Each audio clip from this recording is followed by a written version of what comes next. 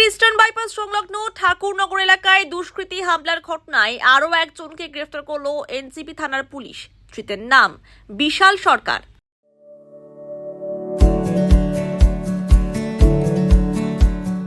Pampered, not just a hospital, but a mother. New life fertility centre আধুনিক চিকিৎসা ও বিশেষজ্ঞদের সহায়তায় আপনার স্বপ্ন পূরণ করতে প্রস্তুত। নতুন জীবনের স্বপ্ন সত্যি করতে আজই যোগাযোগ করুন। নতুন জীবনের সূচনা এখানেই। প্রসঙ্গত, গত মঙ্গলবার ঠাকুরনগরে একটি পরিবারের ওপর হামলার অভিযোগ ওঠে স্থানীয় দুষ্কৃতীদের বিরুদ্ধে।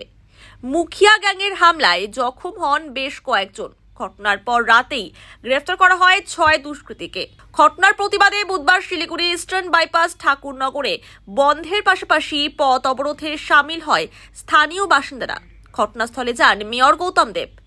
বৃহস্পতিবার আক্রান্ত পরিবারের সঙ্গে দেখা করেন ডাবগ্রাম ফুলবাড়ির বিধায়িকা শিখা চ্যাটার্জি।